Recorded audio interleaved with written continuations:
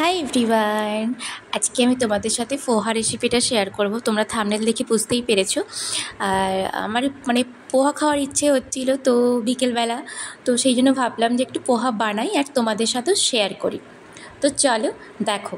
তো তার জন্য আমি এখানে কেটে নিয়েছি বিনস আর আলু, আর হচ্ছে কাঁচা লঙ্কা, কাঁচা পেঁয়াজ।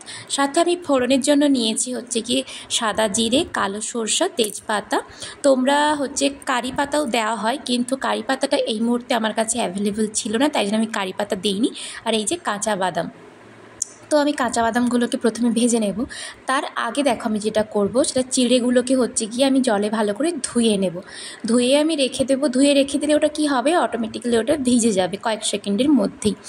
তো তোমরা তোমাদের পরিমাণ মতো যতটা প্রয়োজন তোমরা সেভাবে হচ্ছে গিয়ে চিড়েটা নিয়ে নেবে। নিয়ে নেওয়ার পর ধুয়ে নেবে ভালো করে।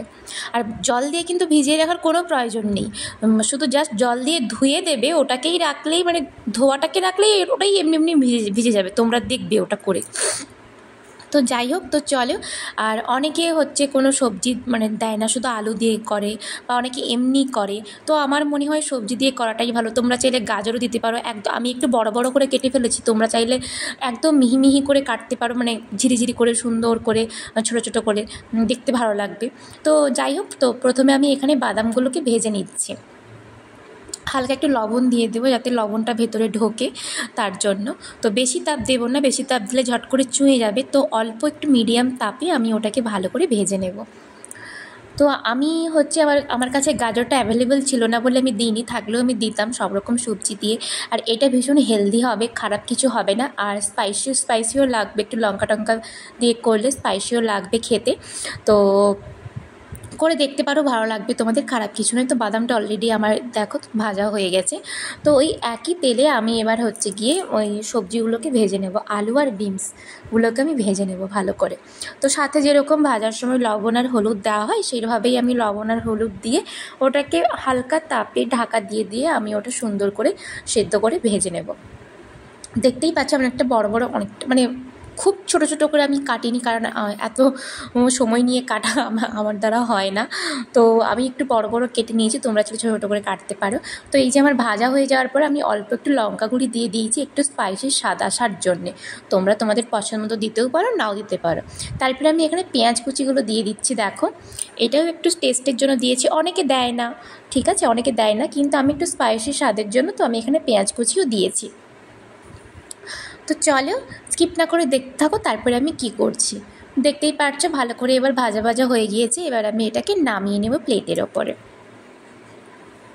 তো এই যে আমি এখন নামিয়ে নিচ্ছি প্লেটেতে। আর লাইটিংয়ের একটু সমস্যার জন্য একটু কেমন হয়তো লাগছে দেখতে। তো যাই হোক, তারপরে আবার আমি চলে এলাম সেই একই কড়াতে। আমি অল্প একটুখানি তেল দিচ্ছি। তো অনেকেই তেল বেশি করে দেয়, আমি এখন কম তেলে রান্না করি বলেই আমি একদম একটুখানি জাস্ট তেল দিলাম শুধু ফোড়নটাকে ভাজার জন্য।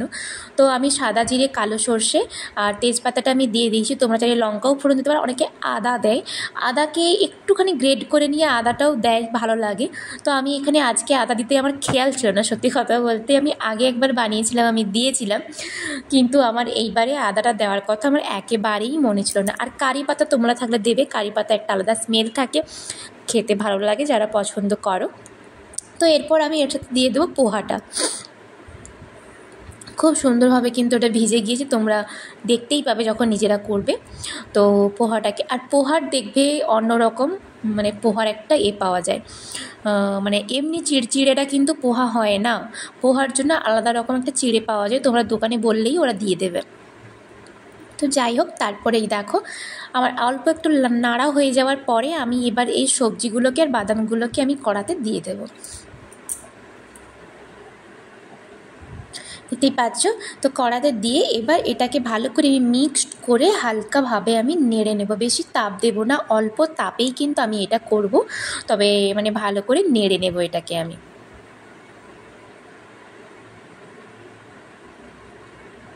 তো এই যে দেখতে পেয়েছো,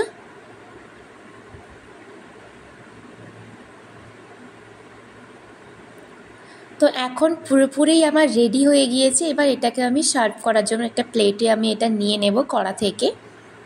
আর দেখতেও কিন্তু বেশ মানে ভালো লাগছে। তো যাই হোক, আর স্বাদ মতো কিন্তু তোমার লবণটা দিয়ে দেবে।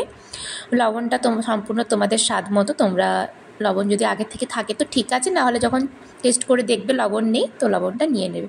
তো এই যে পুরোপুরি আমার রেডি পোহাটা বানানো। তো এবার বানিয়েছি যখন, টেস্ট করেও দেখা যাক যে কেমন হয়েছে।